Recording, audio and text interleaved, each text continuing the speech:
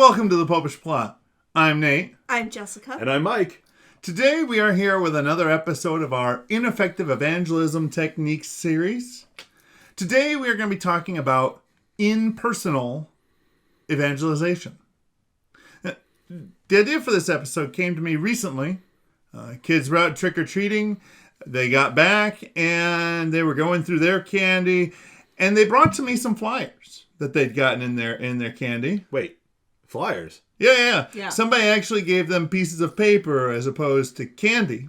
With there may have been candy as well, but... Like a treasure map to more candy?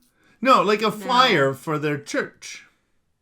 I feel that these people have missed the point of Halloween. Yes. Well, many Christians do miss the point of Halloween. This is why we every year have to have an episode on how awesome Halloween is. And how it's based on, Catholic traditions.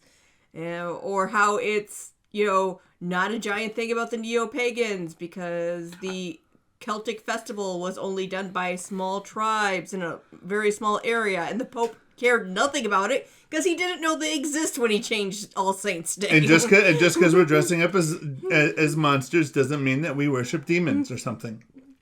I just enjoyed the Reformation Day Halloween episode, which segues back to, so the kids received flyers. They received flyers, and I was looking at this, and the first thought that occurred to me was, well, those jerks, they probably gypped my kids out of some candy. Seriously. It's all about the candy. This is a very simple transaction. Costume child shows up, you give them sugar and send them home to their parents. You don't give them sugar, and they perform pranks on your house. Although the trick has gone a long way away from the treats on Halloween. yeah, because the people that don't want to give treats just generally turn their lights off. Yeah, and that's fine. And in this area, it's like, is it just no one that lives there? I mean, there's very few houses where you're like, hey, jerk, I see you watching TV. Come on, give us some candy. Yeah. And when there are tricks, they seem to be relatively untied to whether or not the kids got a treat. Yeah. It's just teenagers causing trouble. That's fair. But anyways. Like, we don't carry eggs with us because that would, stop candy space. Seriously. Well, that, and because at that point in time, you clearly have the intention of doing ill. Mm-hmm. I'm just trying to be honest. Trick or treat. You're tossing the egg up. Which do you choose? A. Poindexter? Anyways. So, kids brought home the flyers. I looked at that and I said, is that really supposed to work? I mean, do they actually think it's that easy? I can totally see the situation. So you've got a kid. Most kids aren't that into God. No. Church is not that exciting for them.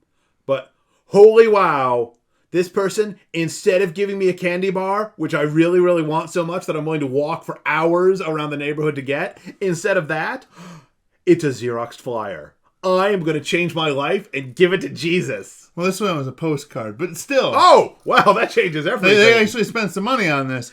And it wasn't like it was, you're going around the neighborhood and the church around the corner is like, yeah, we're giving out candy in these. No, this is like 2 towns over. You have to drive 15 minutes to get to this church. Someone with a driver's license is going to have to be these no people... kids like, oh yeah, I'll totally stop by there on Sunday. So it's right. So now you've taken a method that is questionable at best as to its effectiveness, and you've actually made it less effective because you're advertising to the wrong audience. Unless you've got a lot of grown-ups coming to your house trick-or-treating, in which case that's a little weird. It's a little weird. But it got me thinking, because this is not the only time I've seen something like this. One time we were on a road trip, and we stopped off at a road stop. As one does. As one does. You got to stop at the rest area, and... As one does. Was this a rest stop in Ohio? Oh. No, I believe we were in Georgia. Okay. Still not good, but at least not as bad as Ohio. Yeah. Not as bad as Ohio. But it seemed like an Ohio one, because they are subpar compared to other states' rest stops. No, you Everything remember, in Ohio is we kept finding all the chick tracks. Oh, yes. We're past the Mason-Dixon line. But so I'm in the restroom, and there's this little religious tract sitting on like the counter-ish area next to the sink by the soap dispenser. Oh my, what could this be? Exactly. see, I can't quite figure out the motivation in this. In general, this whole notion of I will just pass out pieces of paper that kind of, sort of, but not quite explain my point, and somehow God will do all the rest of the work, and they'll become Christian. As being this, it's this really weird kind of, I'm going to use a shotgun as a sniper rifle method. 100 million shots are going to go out, and something's going to get hit. And that's really the only important thing. I just need to check off the box that I attempted to shoot something. You know what would be good for a shotgun? Flinging Bibles. No. I thought you weren't allowed to have any because you were always throwing them. I found a New Testament. It's smaller. I can hide it. No throwing Bibles. Certainly not with a shotgun. That won't fit in the barrel good. It'll clog and go kaboom in your face like a Bugs Bunny cartoon. What about a blunderbuss? We need some kind of small catapult device. Or like... But what like is reminded... a 2x4 gun. What is reminded of Pope Francis's continual assertion that as Christians, we don't just proclaim the word, but we also have to accompany people on their journey. And this seems to be the exact opposite of that. It in fact is the exact opposite of that. There's no accompaniment. I mean, in the case of the people who are handing out flyers for their church, there may possibly one day down the road be an accompaniment because somebody came to their church and they decided to go and then befriend that person. Mm-hmm. But at the same time, there's no effort made towards that at this point in time. So there's no real indication that will ever really be true. Mm-hmm. You know, even if they did befriend that person, they would only then be befriending that person because they happen to show up at their church, which is at best, sort of a half friendship, if not a false friendship altogether.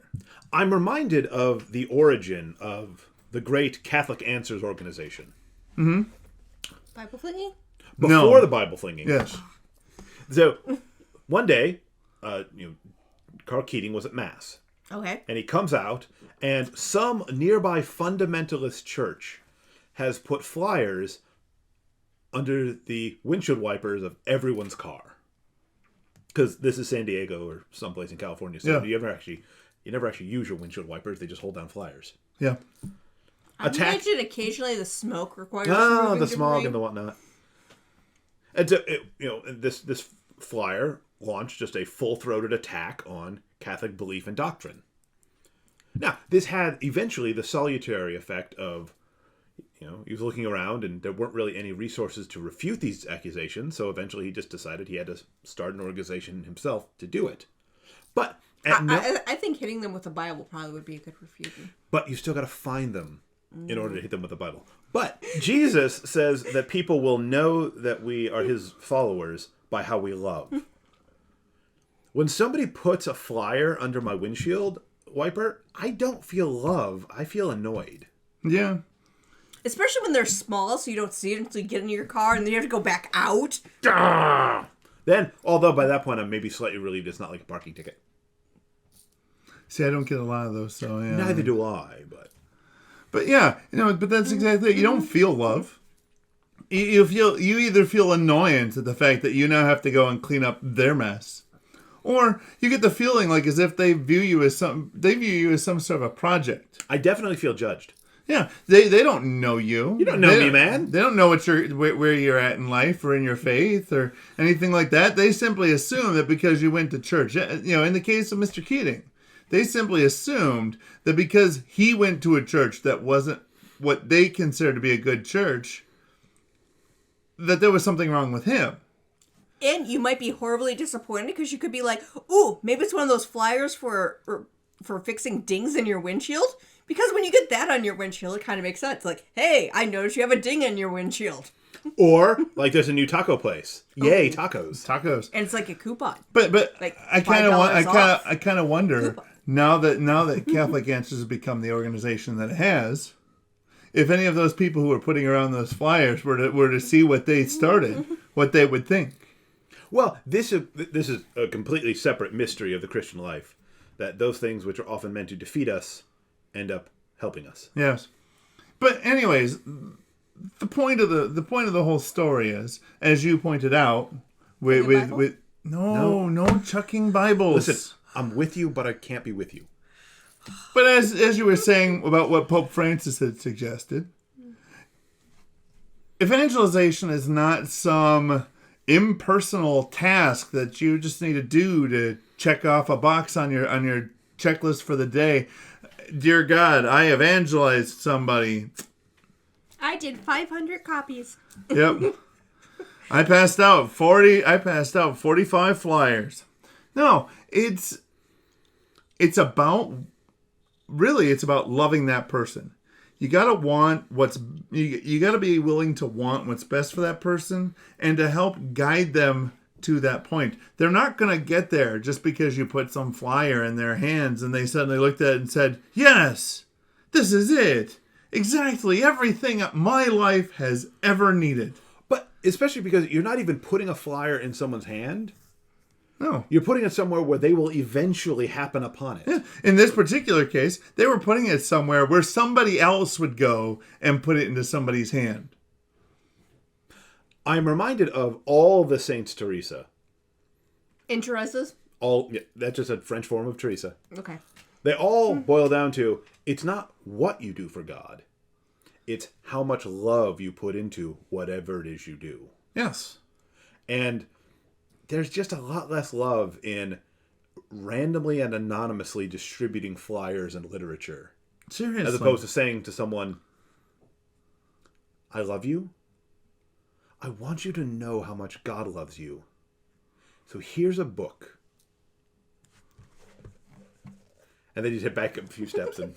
you take a few steps back and you just really let it fly. Maybe they like sports. It could be a way to connect with them. Here, catch!